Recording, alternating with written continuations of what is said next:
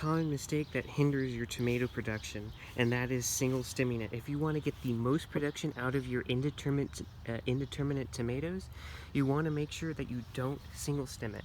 What I'm going to do is, sure, I do remove the first few suckers at the very bottom when they're first growing, but I will start to leave the suckers that form up here.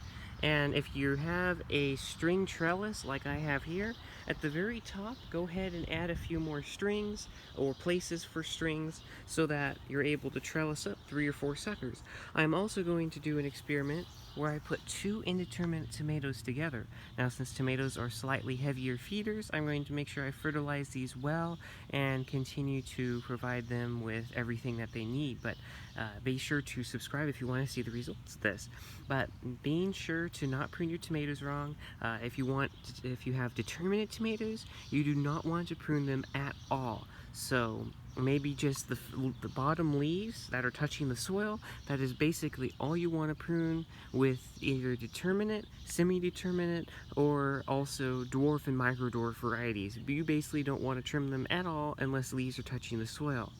For indeterminates, you can trim a little bit, but again, a lot of people promote single stemming, but there have been tests proven right here on YouTube and through my own experience that show that single stemming is not the way to go. In fact, you can lose up to 50 to 70% of your harvest because you're removing 2-3 main suckers that become fruit, because as you can see here, this is already budding, and another sucker is already coming out right here.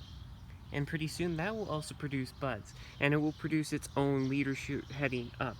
So you're removing fruit if you trim your indeterminate tomatoes too much. So I'm just warning you that you do not need to single stem it. Now, if you are cramped for space and you're growing like 8 tomatoes in 6 square feet along a string line, then sure, you can absolutely single stem it, whatever really works for you.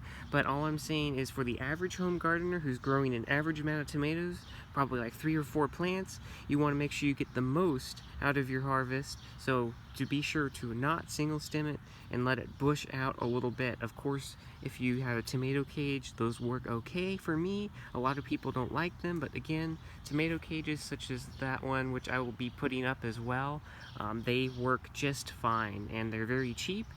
Make sure you get the slightly heavier duty ones, because tomatoes do get heavy and they will tend to fall over, especially if you are in a windy area. So I hope you liked this video, got something out of it. It's just a quick tip to make sure you do not prune your tomatoes wrong, and also be sure to subscribe if you want to see the results of growing 2 tomatoes, indeterminate tomatoes, together. But of course, you got peppers too, and there are mistakes you can make with peppers, so you definitely need to check out this video right here that shows why you do not want to top your pepper plants.